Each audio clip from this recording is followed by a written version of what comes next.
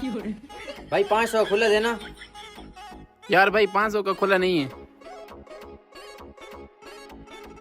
यार भाई एक बर्गर लगा दो। अच्छा ठीक है।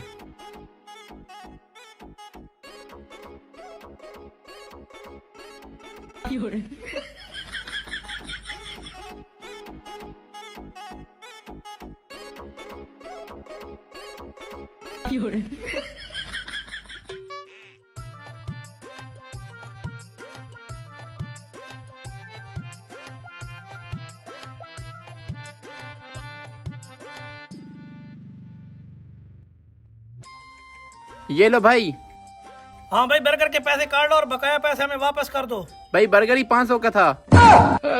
अबे उल्लू के पट्टे, अम्मी ने 5 रुपए दूध के लिए दिया था, उसमें भी तूने बर्गर खा लिया है। चलो यार बर्गर तो मिल गया है। Bye bye.